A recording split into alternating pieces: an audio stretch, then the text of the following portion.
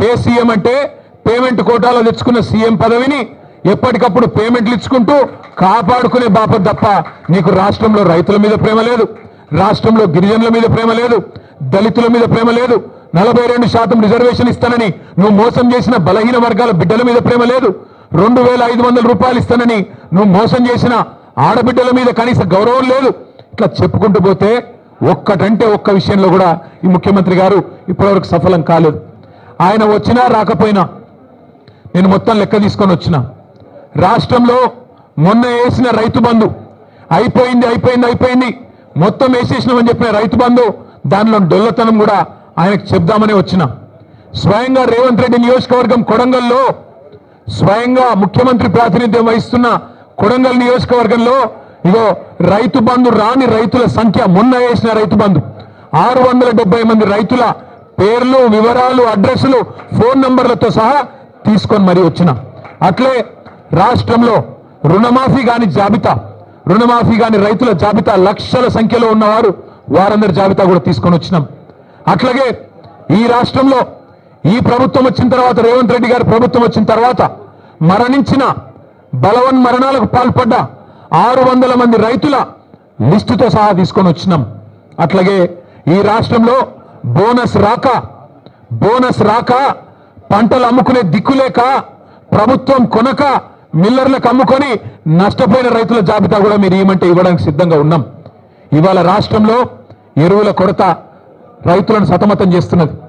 ఒక్క ఆధార్ కార్డు మీద ఒకటే ఎరువు బస్తా, ఒకటే యూరియా బస్తా ఇస్తామంటే ఇలా రైతులు మళ్ళా లైన్లు కట్టి చెప్పులు క్యూలో పెట్టి ఎదురు చూస్తా ఉన్నారు ఫర్టిలైజర్ దుకాణాల ముంగట.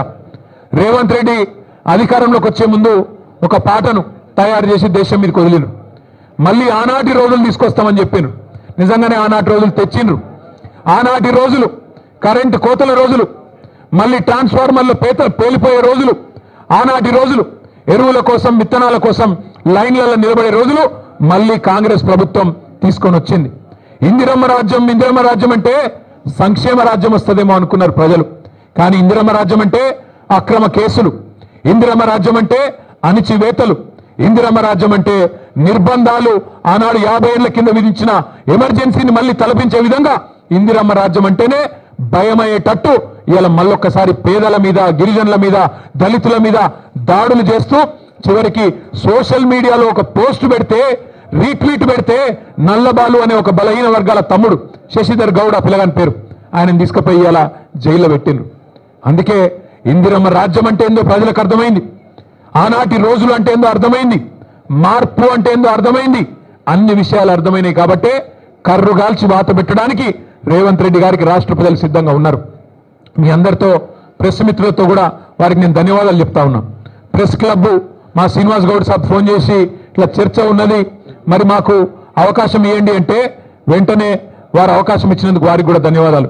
ముఖ్యమంత్రి గారికి మర్యాదగా తువాలేసి దాని మీద రాసి నీకోసం ఇంతమంది పెద్దోళ్ళు నిలబడి, మాజీ హోంమంత్రి గారు, మాజీ అడిషనల్ డీజీపీ గారు, మాజీ మంత్రులు, మా రాజ్యసభ సభ్యులు, మా ఎమ్మెల్యేలు అందరూ నిలబడి నీకోసం కుర్చీ వేసి అర్ధగంట ఎదురు చూసినాం. నీకు నీ కుర్చీకి ఇచ్చే గౌరవం నీకు ఇచ్చినాం. కానీ ముఖ్యమంత్రి గారు మీరు గౌరవాన్ని నిలుపుకునే పద్ధతిలో లేరు. మీరు మీ మాటలు, మీ రోత చేష్టలు ఇవన్నీ తెలంగాణ సమాజం గమనిస్తూ ఉంది. పెద్దలు కేసీఆర్ గారిని మీరు ఎట్లా ప్రతిరోజు దుర్భాషలాడుతున్నారో ప్రపంచం మొత్తం చూస్తూ ఉంది. ఒకటి మాత్రం వాస్తవం, నువ్వు 4 రోజులు మోసాలు చేసి తప్పించుకోవచ్చు గాక, 4 రోజులు ఇట్లనే డైలాగులు కొట్టి తొడగొట్టి గతంలో తప్పించుకున్నట్టే తప్పించుకోవచ్చు గాక. ఆయన ముఖ్యమంత్రి గారికి సవాల్ చేసుడు పారిపోడు కొత్త ఏం కాదు.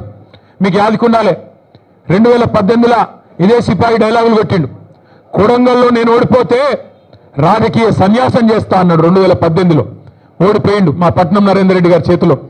ఓడిపోయిన తెల్లారో మర్నాడో సిగ్గు తప్పి మాట తప్పి మళ్ళీ పార్లమెంట్ ఎన్నికల్లో తగుదునమ్మని మళ్ళా నిలబడ్డాడు.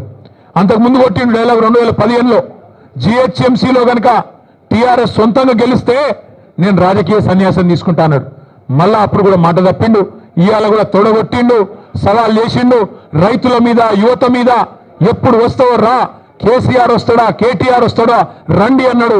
మరి నువ్వు రా రా రా అంటే నేను వచ్చిన, నువ్వేమో పత్తలేవు.